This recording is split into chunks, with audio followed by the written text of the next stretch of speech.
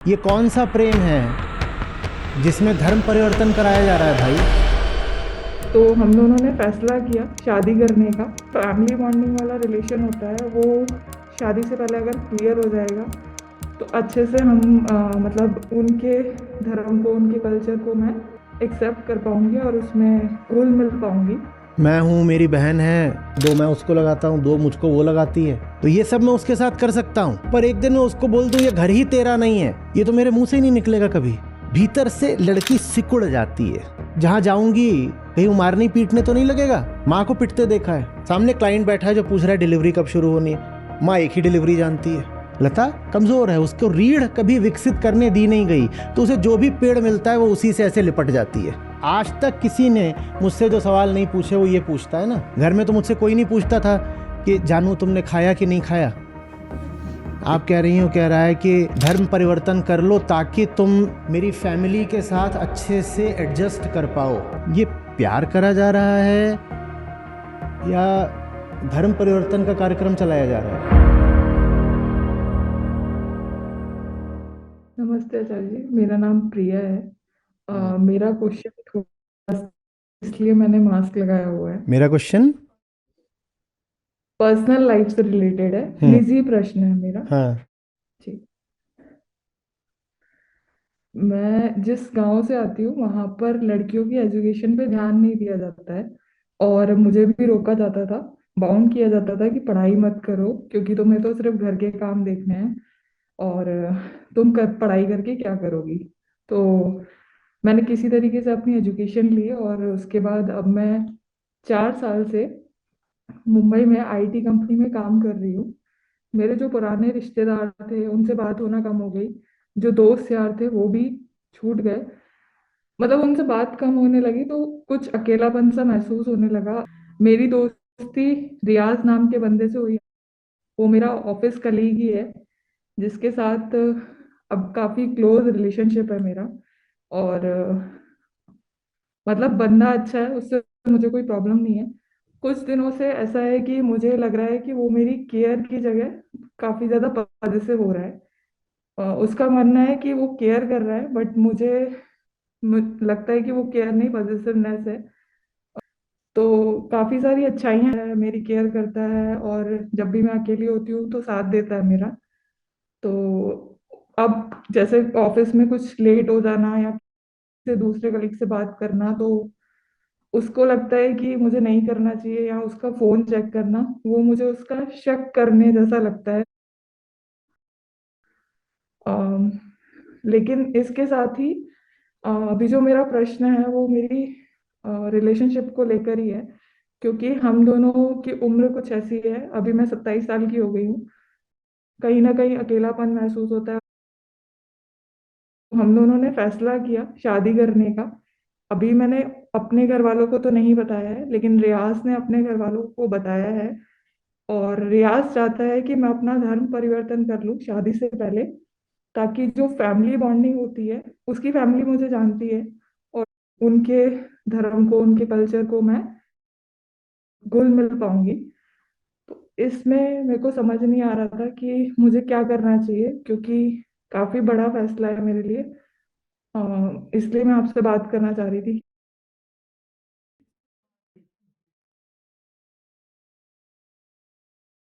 तीन बातें मैं सुन पाया, पहली और तीनों तीनों एक दूसरे से जुड़ी हुई हैं, एक ऑर्डर में है, एक क्रम में है। पहली लोनलीनेस, अकेलापन। एक आपने क्या कहा, कहाँ से आती हैं आप? शहर का नाम नहीं बताना चाहें तो भी, छोटे शहर से आती हैं। गांव बोला जी, था, गांव। मैं छोटे से गांव से हूँ। ठीक ठीक ठीक ठीक ठीक ठीक। तो गांव गांव की संस्कृति, वहाँ लड़की, और मुश्किल से उसकी लिखाई पढ़ाई हुई है, खैर किसी तरह वो पढ़ गई।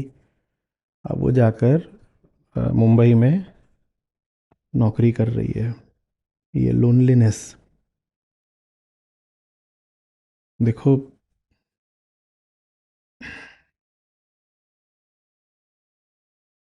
ये चीज़ ना सबके साथ हो सकती है। ये खतरा रहता है जब आप एक घर बनाते हो, उसमें एक परिवार रहता है, और वो परिवार किसी कारण से अपने लोगों को सही, अच्छा, साफ प्रेम नहीं दे पाता। कई बार तो कारण यही रहता है कि लड़की है, पराए घर जाना है, इसके साथ बहुत दिली रिश्ता बनाकर होगा भी क्या। और गांव की लड़की है तो 16, 18, 20 साल में ही उसकी विदाई हो जानी है। तो उसको हम बहुत अपना क्या माने। और भीतर ही भीतर ये बात जब आपको पता होती है कि लड़की है, इसकी विदाई हो जानी है, इसको अपना क्या माने, तो वो चीज़ लड़की को भी दिखाई देने लग जाती है कि मुझे अपना मानते हैं नहीं। घर के महत्वपूर्ण फैसले होते हैं, उसमें भाई लोग बैठ जाते हैं, मुझे नहीं बैठाया जाता।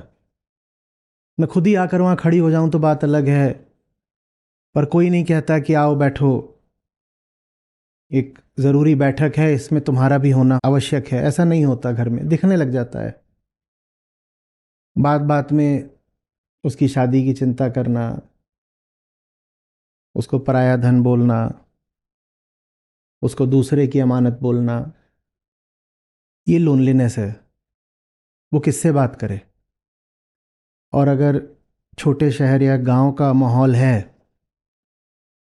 तो दूसरे से बात करने की सुविधा या इजाज़त तो वैसे भी नहीं होते।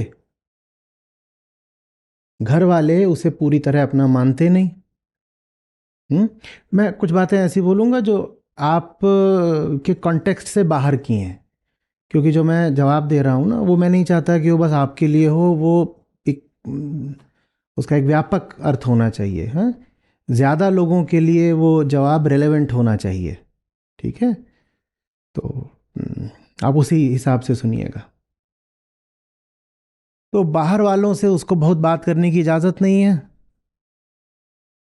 भाई भी गया है स्कूल या कॉलेज, और वो वहाँ से 2 बजे कॉलेज छूट जाता है, और भाई वहाँ से 5-6 बजे भी आ रहा है तो कोई पूछने वाला नहीं है। पर लड़की है और 2 बजे का कॉलेज है और 2:30 की जगह 3 बज गए, तो अफरा तफरी का माहौल है।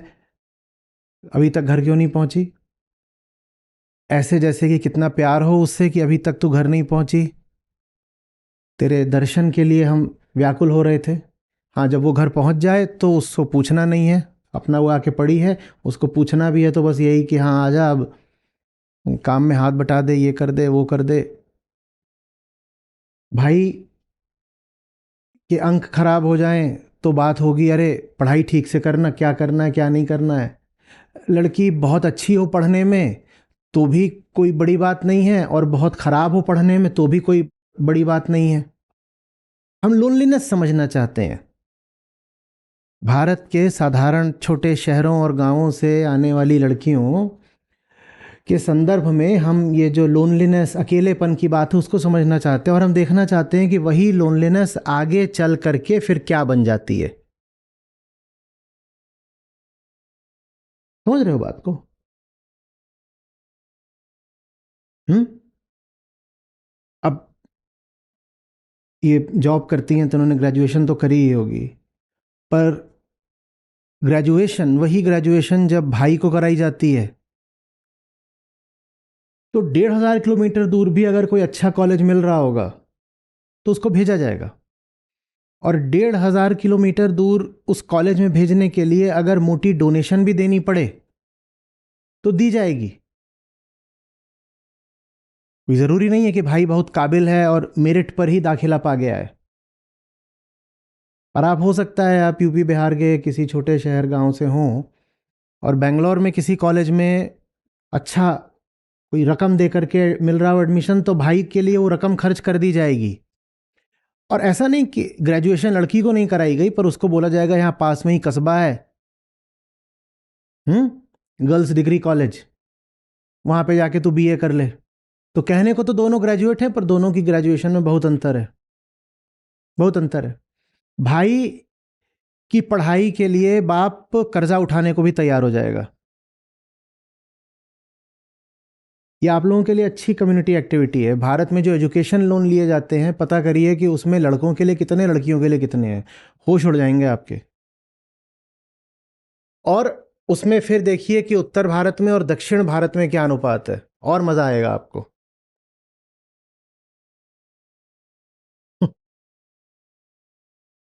अब वो कोई पागल तो नहीं पैदा हो गई है ना, उसको भी दिखाई देता है। वो भी समझ जाती है कि ये मुझे तो सचमुच ही पराया मानते हैं। और पराई तो वो है, क्योंकि यही व्यवस्था है कि उसको उठा करके बाहर कहीं भेज दो कि जा अपने घर जा। ये अपना घर जा समझ में नहीं आता मुझे, ये बचपन से ही नहीं ये बात समझ में आई। मैं हूं, मेरी बहन है, बड़ी जबरदस्त है वो। हम्म। किसी भी बात पे मैं उससे लड़ लूं, सब रहता है, मामला बराबरी का रहता है। दो मैं उसको लगाता हूं, दो मुझको वो लगाती है। तरीके तरीके से मैं भी उसके खिलाफ कुछ साजिश करता था। स्कूली दिनों में वो भी करती थी, ज्यादा वही जीत जाती थी। तो ये सब मैं उसके साथ कर सकता हूं। बेईमानियां भी करता था मैं उसके साथ, कुछ वो भी करती थी, ये भी हो सकता है। पर एक दिन मैं उसको बोल दूं ये घर ही तेरा नहीं है, ये तो मेरे मुंह से ही नहीं निकलेगा कभी, क्योंकि ये बात सच्ची है ही नहीं। ये कैसे कहा जा सकता है? उससे नहीं कहा जा सकता। कुछ भी और कह दो, गैंडी बोल दो, ऐसे मोटी बचपन।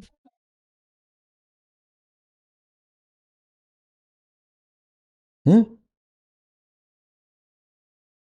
कुछ भी बोलते थे, सब करते थे, मस्त मारपीट भी होती थी। पर ये थोड़ी बोल पाओगे कि ये तेरा घर नहीं है। ये कैसे बोल सकते हो?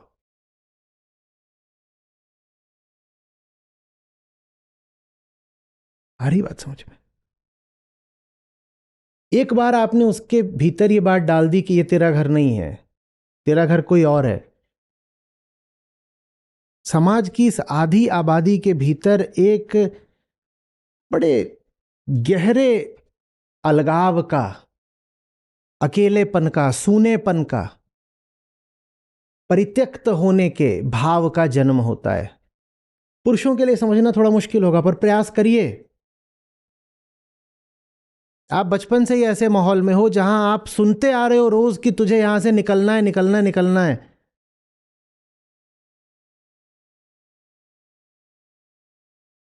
और घर वाले भी, और अड़ोसी पड़ोसी भी, और रिश्तेदार भी इसी जुगत में लगे हैं कि कब होगा, कब होगा, कब होगा। लड़की जवान हुई जा रही है, क्या करना है? आप सोचिए कि उसके भीतर आप क्या पन पा रहे हो। एक तरह का न्यूरोसिस है ये। और वो ये देख रही है कि यहीं पे भाई पैदा हुए, उनको कोई नहीं बोल रहा कि तुम्हें घर छोड़ना है। और घर छोड़ना है इस मारे नहीं कि घर छोड़ के तुमको कोई बहुत ऊंचाइयां मिलने वाली हैं कैरियर की या कॉन्शियसनेस की। कुछ नहीं है, घर छोड़ना है क्योंकि बस लोक धर्म है, घर छोड़ो, निकलो यहां से।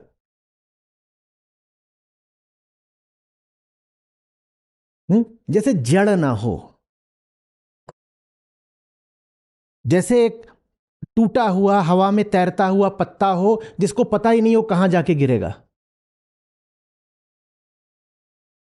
वो अपने आसपास देख भी रही है घर को, तो कह रही है ये तो मेरा है नहीं, और जिसको ये मेरा घर बता रहे हैं उसको मैं जानती नहीं, तो फिर मेरा घर कहाँ है? मैं हूं कौन? भीतर से लड़की सिकुड़ जाती है।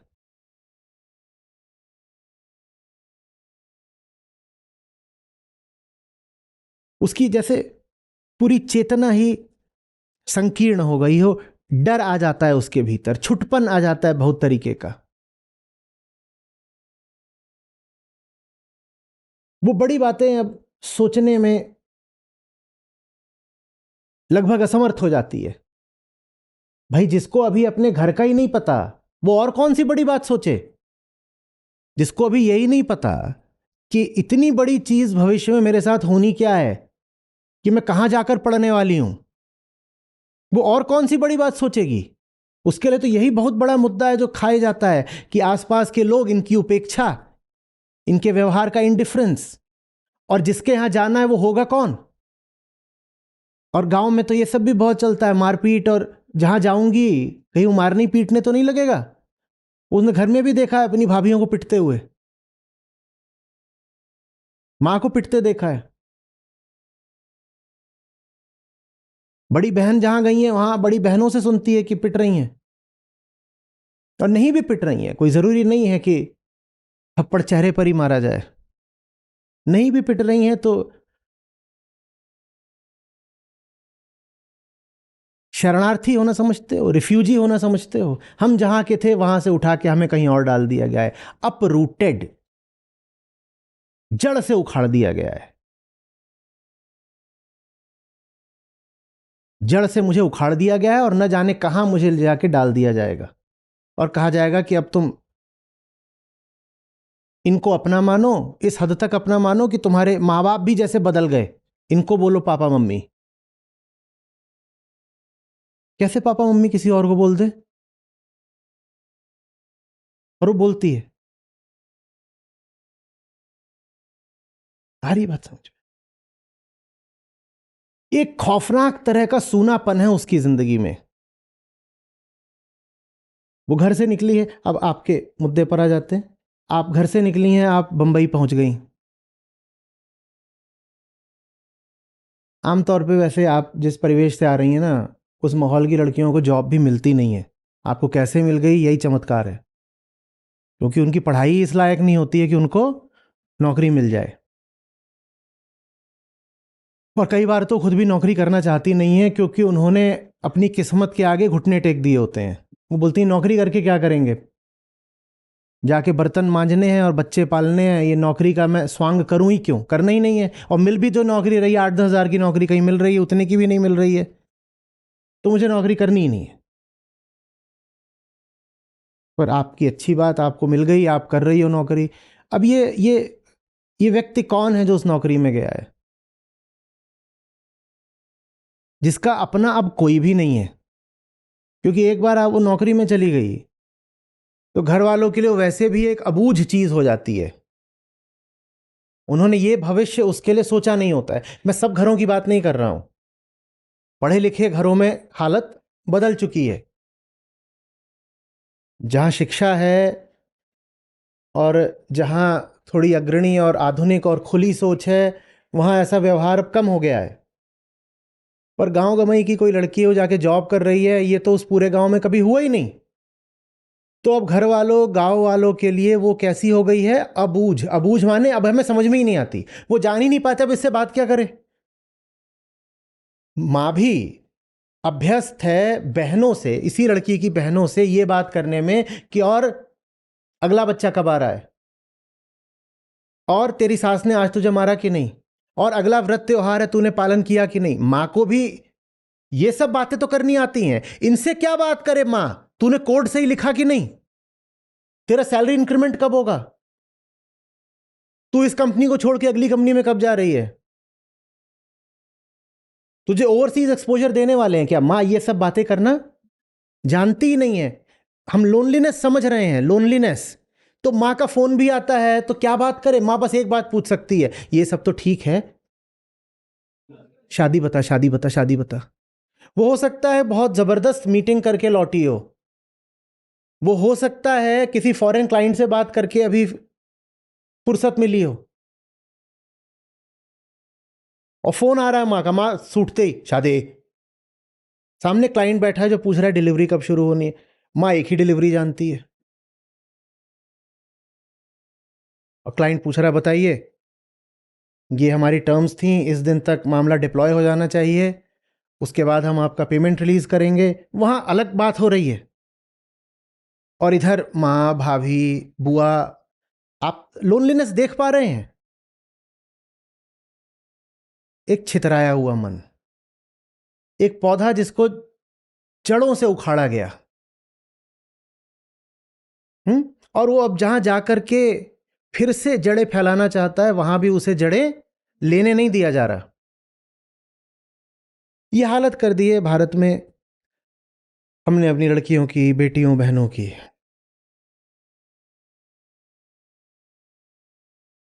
ये बैकग्राउंड समझ में आ रहा है? अब कोई मिल जाता है ऑफिस में, जो ये देख लेता है कि इसके भीतर बड़ा अकेलापन है, सूनापन है, ये किसी की नहीं है, इसकी आंखों में उदासी है और ये कुछ जानती नहीं है, क्योंकि इसका बैकग्राउंड ऐसा है कि ना इसको नाच सिखाया गया, ना संगीत सिखाया गया, ना कोई खेल सिखाया गया, न इसने कभी अच्छी किताबें पढ़ी हैं अपने घर गांव में। तो इसके पास ऐसा भी नहीं है कि ऑफिस से फुर्सत होगी तो यहां से चली गई है और 2 घंटे जमकर बैडमिंटन खेला और उसमें इतना थक गई कि सो गई। ये ऐसी भी नहीं है, ये कुछ नहीं जानती, ये बड़े शहरों के रंग ढंग भी नहीं जानती, ये भी नहीं कर पाएगी कि किसी जाकर के अच्छे कैफे में बैठ जाए, इसको ये सब भी नहीं पता, ये कुछ नहीं जानती। बस ये है कि किसी कदर किसी इंजीनियरिंग कॉलेज में, इंजीनियरिंग कॉलेज बहुत तेरे हैं मीडियोकर, कहीं से इसने इंजीनियरिंग कर ली, किसी तरह इसकी जॉब लग गई, बाकी जानती है कुछ नहीं है। और उस जॉब में भी इतना पैसा इसको अभी मिलता नहीं है कि ये जा करके खुल के यही कर ले कि मैं जा रही हूं और 4 घंटे शॉपिंग करूंगी, इतना भी पैसा नहीं है कि इतनी शॉपिंग करे। तो ये क्या करती है, इसके पास एक छोटा सा कमरा होगा, या पीजी में रहती होगी, और ये वहां चली जाएगी और घुस जाएगी, और वहां क्या है, अब साए साए सूनापन,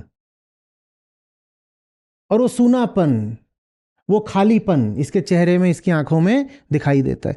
मुझे माफ करना अगर इसमें से कुछ बातें तुम पर लागू नहीं होती हो तो, ठीक है, मैं एक ज्यादा बड़ी ऑडियंस के लिए बोल रहा हूं। अब ये सबको दिखाई देता है, चुप रहती है, अपने में रहती है, या कि जबरदस्ती दूसरे ग्रुप्स में घुसने की कोशिश करती है, just to feel that I belong. एक आदमी जो बहुत अकेला हो ना, वो फिर कई बार अपनी इज्जत को भी ताक पर रखकर दूसरे ग्रुप्स में घुसने की कोशिश करता है, और कई बार तो उसको ऐसे कोहनी मार दी जाती है कि तुम बाहर रहो, तुम क्यों घुस रहे हो। ये आ गई है स्मॉल टाउन, और ये हम मुंबई वालों के बीच में घुसने की कोशिश कर रही है। क्यों आप हो, अगर आप तो स्मॉल टाउन भी नहीं, आप तो विलेज बोल रही हो, आप हो स्मॉल टाउन, तो वो कल्चरल बैगेज रहता है, आप इतनी आसानी से वहां पर एडजस्ट नहीं हो पाओगे, बिलोंग नहीं कर पाओगे, तो फिर से वही लोनलीनेस। अब ये देखा किसी ने कि ऐसी है, वो आपके अगर ऑफिस में साथ है तो दिन भर आपको देख रहा है, आपके व्यवहार से पता चल रहा है कि आप तन्हा हो, और जो आपको देख रहा है उसके भी अपने स्वार्थ हैं, वो कौन सा आत्मज्ञानी बैठा हुआ है, वो आ गया आपके पास, और आप फिर उससे ऐसे चिपकोगी जैसे वृक्ष से लता, क्योंकि लता कमजोर है, लता कमजोर है, उसको रीढ़ कभी विकसित करने दी नहीं गई, तो उसे जो भी पेड़ मिलता है वो उसी से ऐसे लिपट जाती है। और अगर वृक्ष का स्वार्थ हो तो फिर तो वो जानबूझ करके लता की तरफ एक शाख भेज देता है, हाथ बढ़ा देता है, और वो लिपट जाएगी, तुरंत लिपट जाएगी, बहुत मेहनत नहीं करनी पड़ती, तुरंत एक गलत रिश्ता बन जाता है। गलत इस अर्थ में नहीं कि धर्म अलग है या कोई और बात, गलत इस अर्थ में कि रिश्ते की बुनियाद ही लोनलीनेस है। ऐसा कुछ नहीं है कि बहुत समझदारी है,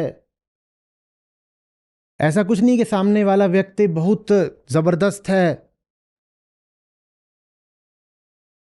बस हम ऐसे अकेले थे, ऐसे लोनली थे कि जो मिला लिपट गए,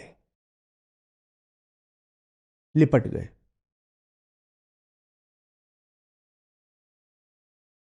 सारी बात। अब यहां से शुरुआत होती है पजेस्ड होने की। पजेसिवनेस देखो सब में होती है बेटा, मैं हमेशा पूछा करता हूं पजेसिव वो होगा, पजेसिव माने ये चीज मेरी है, मेरा अधिकार है, इसका इस्तेमाल सिर्फ मैं करूंगा। पॉजिटिव तो हर कोई होता है क्योंकि स्वार्थी सभी हैं। तुम पजेस्ड क्यों हो गए? पर तुम पजेस्ड हो जाओगे क्योंकि तुम बहुत डरे हुए हो। तुम कहते हो बड़ी मुश्किल से जिंदगी में कोई आया है, बाप माँ बहन भाई दोस्त कोई है नहीं। दोस्त मैं बोलना भूल गया, ये जो जो जो हमारा परिवेश होता है ना, इसमें दोस्त नहीं होते लड़कियों के, लड़कियों के दोस्त नहीं होते। और मैं नहीं कह रहा कि लड़के उनके दोस्त हों, लड़कियां भी लड़कियों की दोस्त नहीं होती हैं, क्योंकि सब लड़कियों को पता है कि दूसरी लड़की से दोस्ती करके क्या करेंगे, मेरा परिवार तो दूसरा है। लड़के लड़कों की दोस्तियां बड़ी लंबी लंबी भी होती हैं, 20-20 40-40 साल पुरानी। लड़कियों की ऐसी नहीं होती। ये बड़ी अजीब बात है। भारत में अभी भी आप पाओगे कि घूमने फिरने के लिए लड़के 5-7 का झुंड बना के घूम रहे हैं। गर्ल्स गैंग्स हमें नहीं देखने को मिलते कि कुछ नहीं है, पहाड़ पे ही छुट्टी में चले गए हैं और 5 लड़कियां इकट्ठे घूम रही हैं। उनमें कभी वो बॉन्डिंग होने ही नहीं पाती है। लड़की अकेली ही है।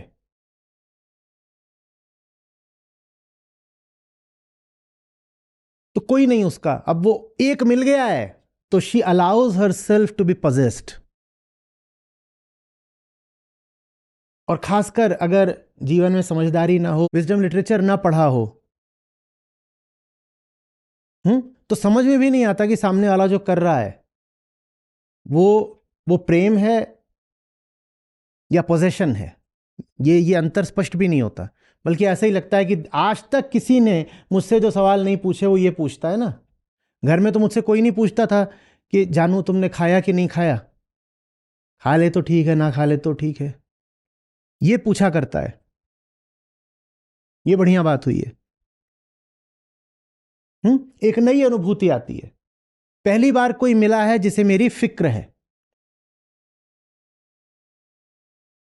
समझ रहे हो बात को? पहली बार कोई मिला है जो बार बार पूछ रहा है कि अरे तुमने अपने फलाने टेस्ट्स करा लिए? मेरे ख्याल से चश्मे का ना ये फ्रेम तुम्हें सूट नहीं करता, मेरे साथ चलो।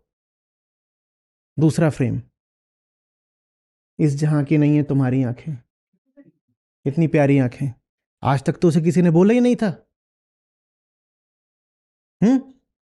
मेरे घर में तो यही था कि आंखें फूट गई हैं क्या, करमजली दही गिरा दी। अब कोई मिला है जो कह रहा है इस जहां की नहीं है तुम्हारी आंखें, और उसके पास कोई नहीं है जिससे जाके वो ये सब बातें कर सके।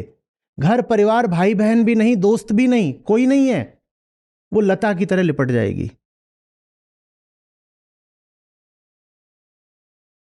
आ रही बात समझ में?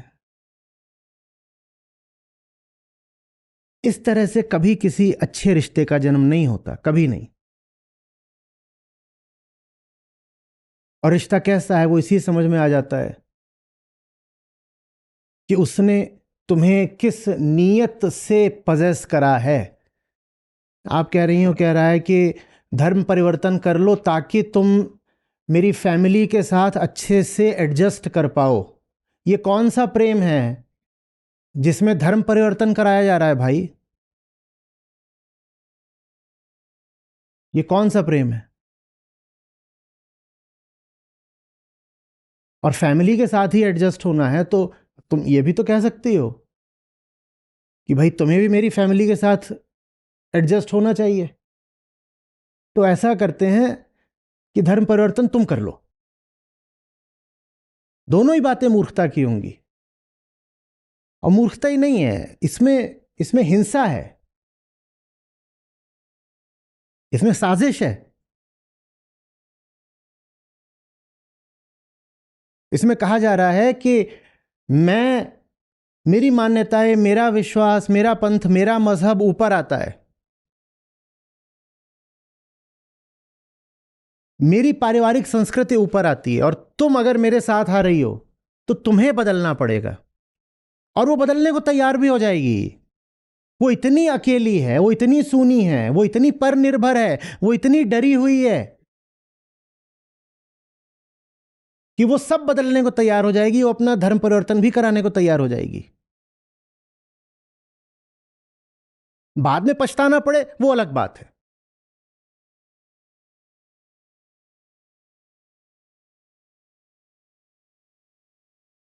प्रेम नकली है। इसका एक बड़े से बड़ा प्रमाण यह होता है कि कोई आपको बोले कि अपने बारे में ये चीजें बदल लो अगर तुम्हें मेरी फैमिली में आना है तो। और खासकर अगर कोई बोले कि अपना धर्म बदल लो, तो ये तो बिल्कुल लाउडस्पीकर से उसने बोल दिया कि मैं फर्जी आदमी हूं। ये प्यार करा जा रहा है या धर्म परिवर्तन का कार्यक्रम चलाया जा रहा है? ये कैसा प्यार है? या फिर ये आदमी खुद भी बहुत डरपोक है, जो अपने ही परिवार के सामने जाकर नहीं बोल सकता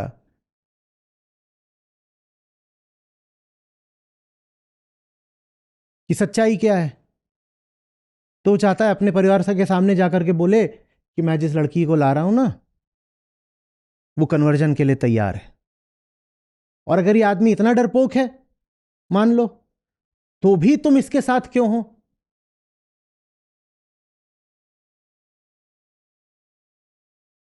क्यों हो? में शुरुआत उसी लोनलीनेस से होती है।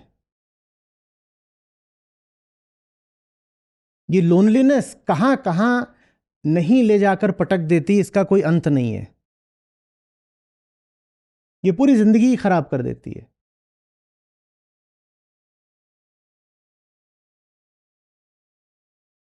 समझ में आ रही है बात? ये तुमने कभी पूछा नहीं कि ये धर्म बदलने की बात कैसी भाई? बोलो। जी।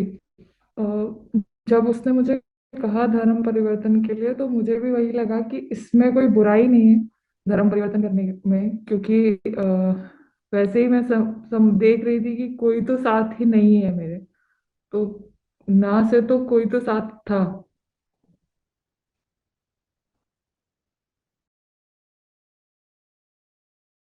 बेटा साथी ऐसे भी नहीं मिलेगा, साथी तो ऐसे भी नहीं मिलेगा।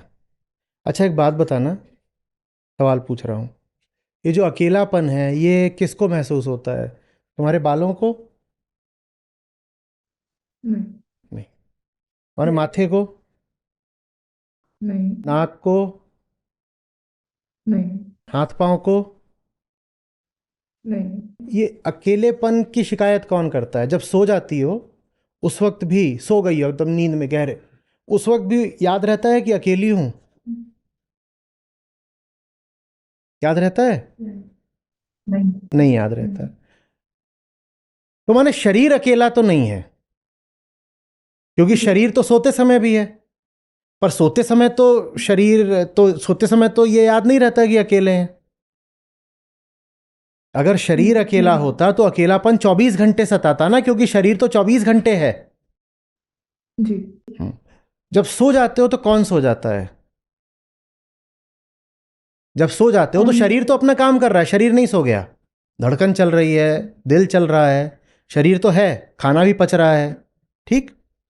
जब सो जाते हो तो अकेलापन हट जाता है। तो सोते समय कौन सो गया था जिसका अकेलापन हट गया? वो मन है। मन। मन है ना, समझाने के लिए कह रहा हूं भी, और ईगो वगैरह बोलूंगा तो समझ में नहीं। तो मन है, जो मन है, मन अकेला है, मन अकेला है ना। हाँ, तो किसी का तन पा करके मन का अकेलापन दूर कैसे हो जाएगा? अगर तन अकेला होता तो दूसरे तन से अकेलापन दूर हो जाता। तन तो अकेला है नहीं, नाखून ने कभी बोला मैं अकेला हूं? नाक बेचारी अकेली, ये सब, वो तो जलन होती होगी, दो आंख दो कान, ये और ये मिलके आपस में बिचिंग करते होंगे। जीभ भी बोल रही है मैं भी अकेली हूं, 32 ये बैठे हुए हैं मैं अकेली। नाक भी बोल रही है मैं भी अकेली। ऐसा है? ये अकेले हैं? ये अकेले नहीं है, है ना। मन अकेला है। मन का अकेलापन कोई तनधारी कैसे मिटा देगा? किसी की बॉडी भर से मन का सूनापन कैसे हट जाएगा? आप एक बॉडी ले आते हो, अपनी ही उम्र के एक पुरुष की बॉडी ले आते हो या एक स्त्री की बॉडी अपनी जिंदगी में ले आते हो, उससे मन का सूनापन कैसे हट जाएगा?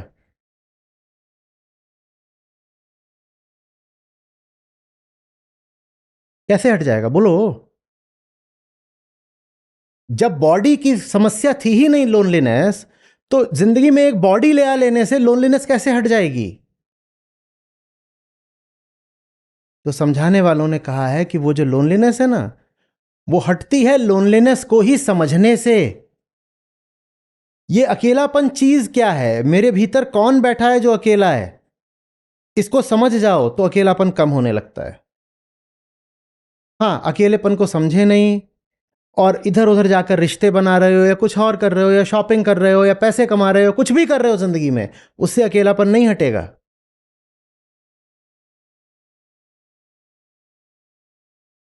और एक बात और बोलता हूं, सुनो, ऐसे इलाज नहीं कर लेने चाहिए जो बीमारी से भी ज्यादा घातक हो। महिलाओं के साथ प्रकृति ने एक चीज जोड़ दी है, प्रजनन। तो पुरुष तो एक बार को शादी करने का, संबंध बनाने का रिश्ता थोड़ी लापरवाही में कर ले तो उसको छोटी सजा मिलती है, पर महिला को बहुत बड़ी सजा मिल जाती है, क्योंकि बच्चा जो है ना वो मां के शरीर से जुड़ा होता है। वहां मामला इरिवर्सिबल हो जाता है। फिर ये नहीं कर पाओगे कि इस राह पर थोड़ी दूर जाकर के वापस लौट आए, वापस कभी नहीं लौट पाओगे। ये अकेलेपन वगैरह की समस्या का समाधान अगर एक उल्टी पुल्टी शादी से कर रहे हो तो ये समाधान समस्या से ज्यादा घातक हो जाएगा।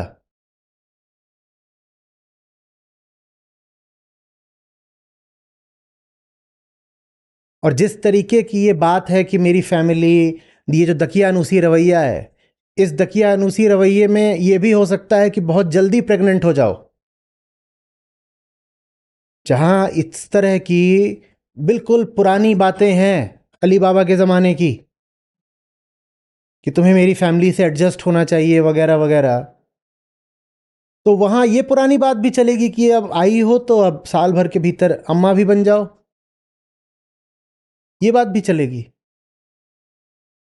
और उसके बाद ये नहीं कह पाओगे कि अरे धोखे से मिस्टेक हो गया, चलो अंडू कर देते हैं सब कुछ, कंट्रोल ऑल्ट डिलीट दबा देते हैं। कर पाओगे? कुछ नहीं है, वो आ गया अब हाथ में। और कई बार तो भूल हो गई है, समझते समझते एक नहीं दो तीन आ जाते हैं। क्या करोगे अब?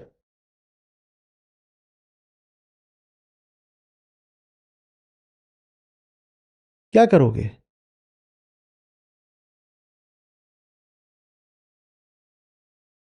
अभी कोई ऐसी वृद्धा नहीं हुई जा रही हो, 27 की हो ना, दुनिया देखी। हम्म। भारत ही देखा ठीक से। जब तक अपने गांव में थी तब तक तो ज्यादा एक्सपोजर मिला भी नहीं होगा। बाहर अब निकल आई हो मुंबई में, मुंबई आने के बाद से ही दुनिया कितनी देखी तुमने, बोलो? या बस आशिकी की लड़ाई है? ये 4 साल थे, स्वतंत्र हो, सैलरी आती है, इसका इस्तेमाल किसी सार्थक काम के लिए करा या बस आशिकी?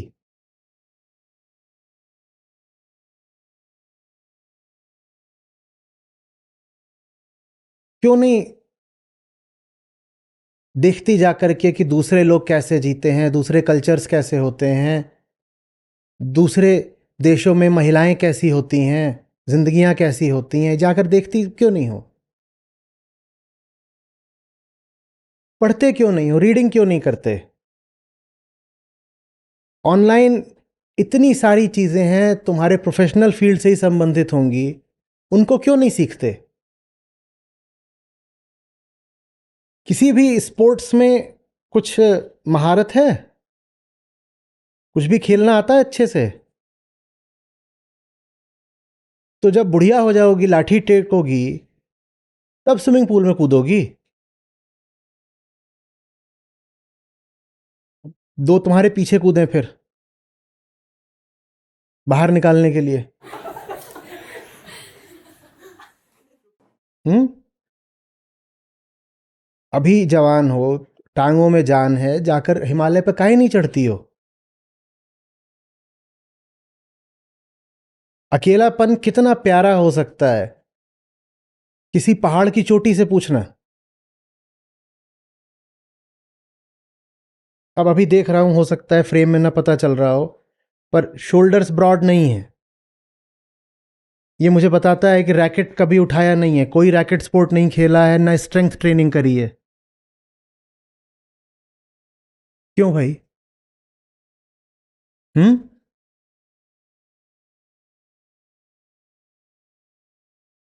न खुद को जानते न दुनिया को जानते,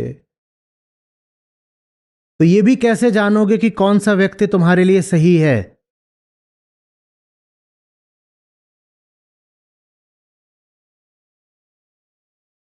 कुछ आ रही है बात समझ में, या बस बुरी लग रही है मेरी बात?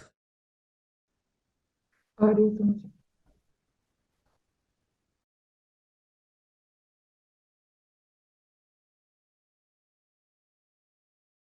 बच्चों को सही परवरिश दीजिए, खासकर लड़कियों को।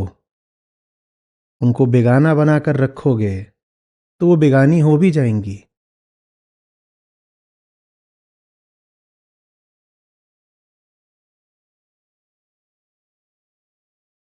प्यार कोई चीज होती है कि नहीं? किसी को प्यार से इतना वंचित रखोगे तो फिर वो कहीं भी भटकेगा प्यार तलाशने के लिए।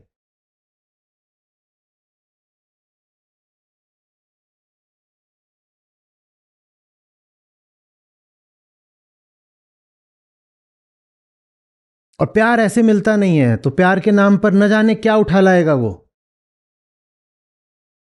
और क्या उसके परिणाम होंगे।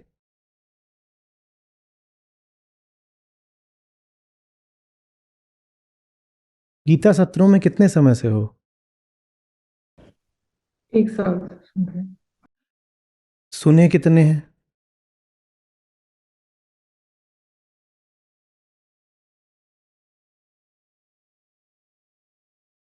आधे भी नहीं सुने हैं ना? मिस हो जाता है। मिस हो जाता है। सत्र के समय क्या कर रही होती हो कि सत्र मिस हो जाता है? हाँ, मैं तो रात में रखता हूं कि अपना सब काम धंधा खत्म करके निवृत्त होके बैठो आराम से।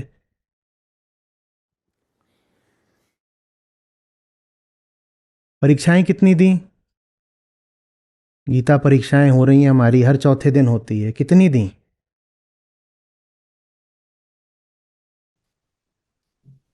ज्यादा नहीं। उस भाई को भी बोलो वो भी गीता परीक्षा दे, उसके ही नंबर देख के पता चल जाएगा कितने पानी में है।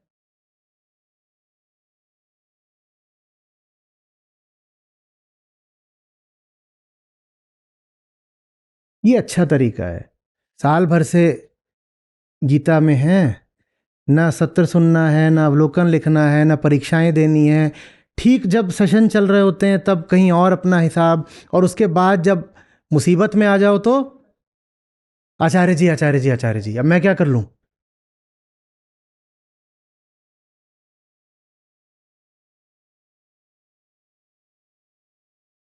सबसे पहले तो नियम बना लो, एक भी सत्र छोड़ना नहीं है, ठीक है? कल वहां गया था, उनको बोलकर आया, नहीं ज्ञानेन सदृशम पवित्रमिह विद्यते। जितना यहाँ का कचरा है उसको जलाने वाली आग है ज्ञान, भगवत गीता। और गीता से दूर रहोगी तो कचरे में ही जाके गिरोगी।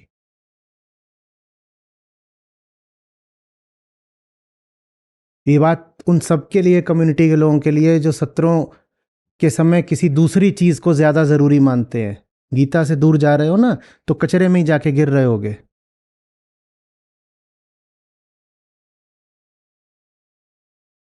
मुंबई में भी तो कई बुक स्टॉल लगते हैं, आप भी जाइए और अपने मित्र को भी ले जाइए कि चलो दोनों यहाँ खड़े होते हैं। इतने लोग आएंगे, सूनापन कम होगा। हम्म।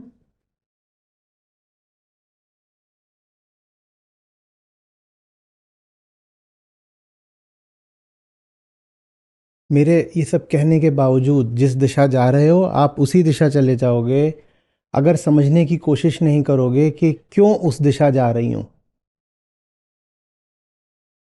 हाँ, ये हो सकता है कि एक व्यक्ति को छोड़ के किसी दूसरे व्यक्ति की तरफ चले जाओ, और गड़बड़ वहां भी करोगे। समझो कि अभी क्या स्थिति है, और एक बार समझ में आ जाता है ना, तो आदमी बहुत सारे अच्छे सही काम शुरू कर देता है। ये अपने आप को बनाने की उम्र है। खेलो कूदो, बहुत घूमो, बहुत लोगों से बात करो, मिलो जुलो, तमाम तरह के ग्रुप्स का हिस्सा बनो। ये नहीं कि वहां जाके जुड़ ही गए हैं, पर जाने के लिए, समझने के लिए कि यहाँ होता क्या है, दुनिया क्या चीज है। और कहीं भी रहो, कहीं भी घूम रहे हो, गीता को मत छोड़ना, वो कवच है।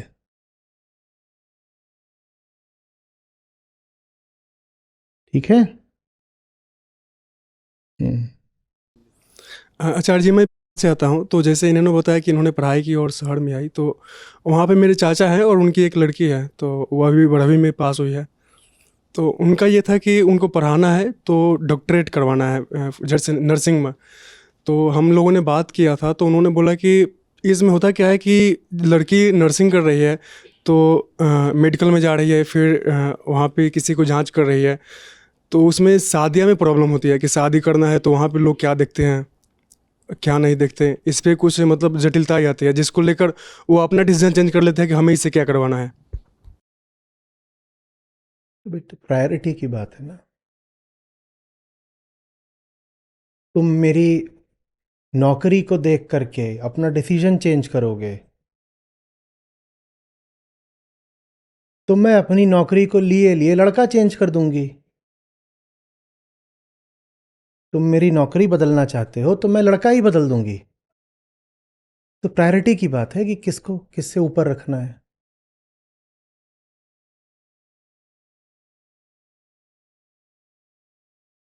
ये घुस गई है बात आपके कि एक को नौकरी देखनी होती है और एक को घर देखना होता है। ऐसा तक होता है कि लड़की ज्यादा कमा रही हो, लड़का कम कमा रहा हो, तो भी नौकरी लड़की ही छोड़ेगी।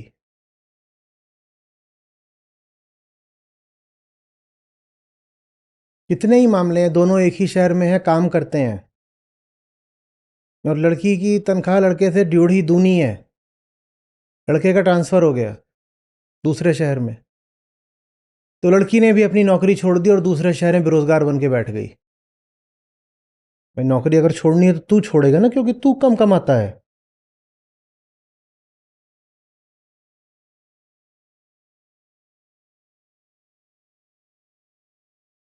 ये तो बस भीतर घुसी हुई बातें हैं, और कहां से आ रही हैं वो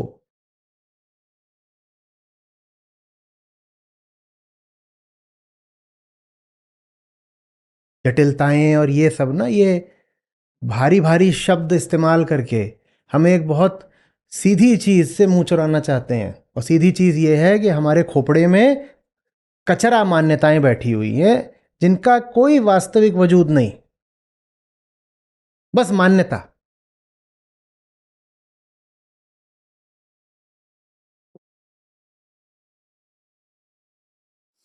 काल को देखो, अहम को जानो, अवलोकन ही आत्म स्नान है।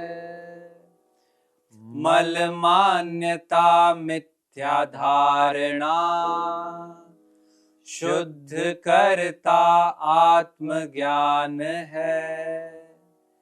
काल को देखो, अहम को जानो, अवलोकन ही आत्म स्नान है। मल मान्यता मिथ्या धारणा, शुद्ध करता आत्म ज्ञान है।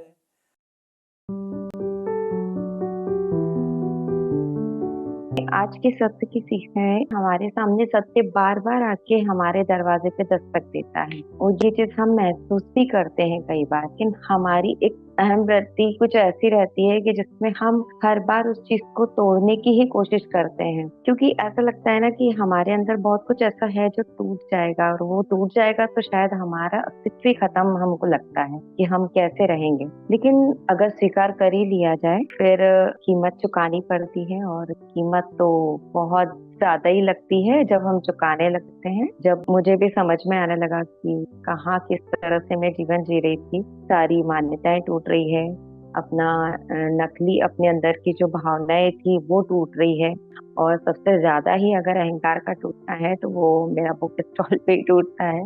वहां पर जाके और अननोन लोगों से जब हम बात करते हैं तो भीड़ का एक हिस्सा भी होते हैं, बहुत सारे लोगों की नजर भी पड़ती है हम पे, कुछ जाने पहचाने भी होते हैं जो देख के जाते हैं। अधिकतर लोगों का ये रिएक्शन भी होता है कि अरे भाई आप कहाँ पर ये काम कर रहे हो, क्यों कर रहे हो। लेकिन उन चीजों को जब क्रॉस करके हम आगे बढ़ते ना, हमें उस टाइम पे तो लगता है कि कीमत बड़ी हो रही है। दोहा में गाना चाहूंगी, सूरा के मैदान में कायर फसिया, ना भागे ना लड़ सके, मन ही मन पछता।